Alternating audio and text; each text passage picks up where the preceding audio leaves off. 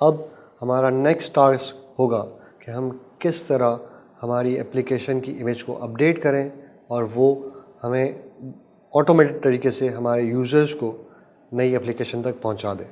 हमें deployment resource के template में इमेज को चेंज करना है ताकि अब डिप्लॉयमेंट रिसोर्स को पता चल जाए कि इमेज चेंज हो चुकी है, लिहाजा पुराने पॉड्स को उसने डिलीट करना है किसी भी एक स्ट्रेटेजी के तहत और नए पॉड्स को नई इमेज के साथ शो करना है। फॉर एग्ज़ाम्पल, अगर मैं चाहूँ कि जो मेरी आमिर पिंगर / हेलो वर्ल्ड की थी, या तो मैं उसके टैग के साथ उसको डिफ़ाइन करूँ कि पहले V1 था अब V2 कर लें, या मैं चाहूँ तो पूरी इमेज ही चेंज कर दूँ, पहले हेलो वर्ल्ड की थी अब फ्लैग की आ गई, आमिर पिंगर / फ्लैग की, उसको मैं नई एप्लीकेशन के तौर पे पेश करूँ। हम इसको चेंज कर सकते हैं हमारी कुबरनेटिस की kubectl सेट इमेज की कमांड से।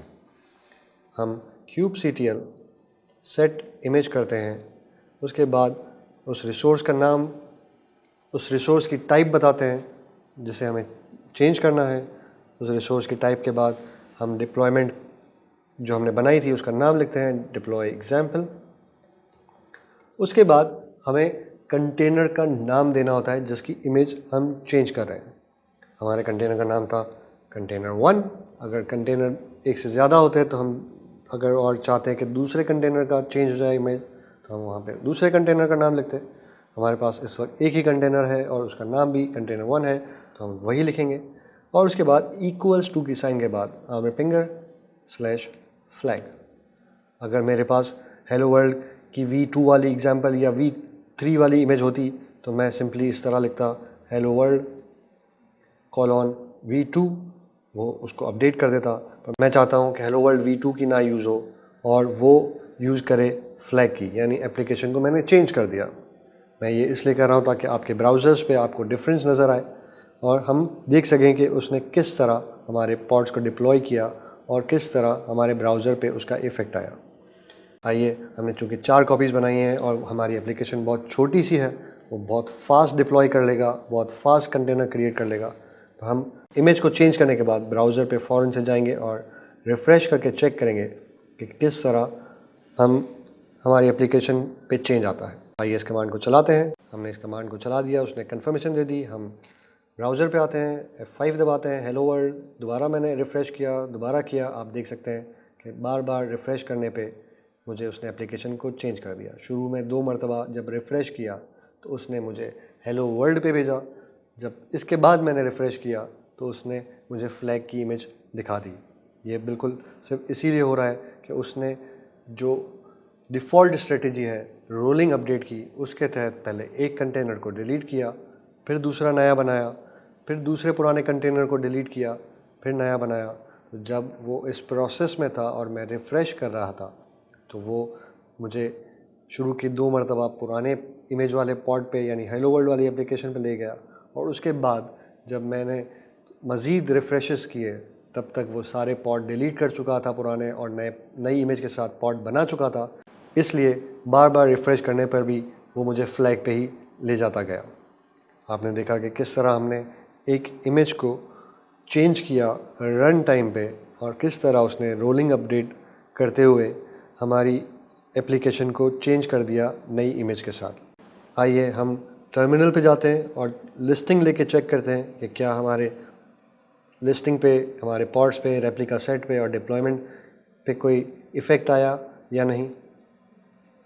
हम स्क्रीन को क्लियर कर लेते हैं। अब हम लिस्टिंग लेंगे kubectl get deploy, rs, pods।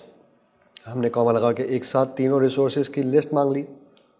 इस लिस्ट से हमें नज़र आ रहा है कि हमने जो डिप्लॉयमेंट बनाया था जिसमें हमने 4 रेप्लिकास कहे थे, उसने 4 बनाए हुए हैं, अप टू डेट हैं और अवेलेबल हैं। उसके बाद अगर आप रेप्लिका सेट को नज़र करें, रेप्लिका सेट की जब आप डिटेल्स को देखते हैं तो आपको नज़र आएगा कि पहले उसने जिस नाम से रेप्लिका सेट बनाया था उसमें डिज़ायर्ड 0, करंट 0 और रेडी 0 है। उसके बाद उसने एक नया रेप्लिका सेट बनाया है और तमाम तर रेप्लिका काउंट जो हमने कहे थे यानी 4, वो डिज़ायर्ड, करंट और रेडी स्टेट में नए रेप्लिका सेट के डिटेल्स के साथ शो कर रहा है।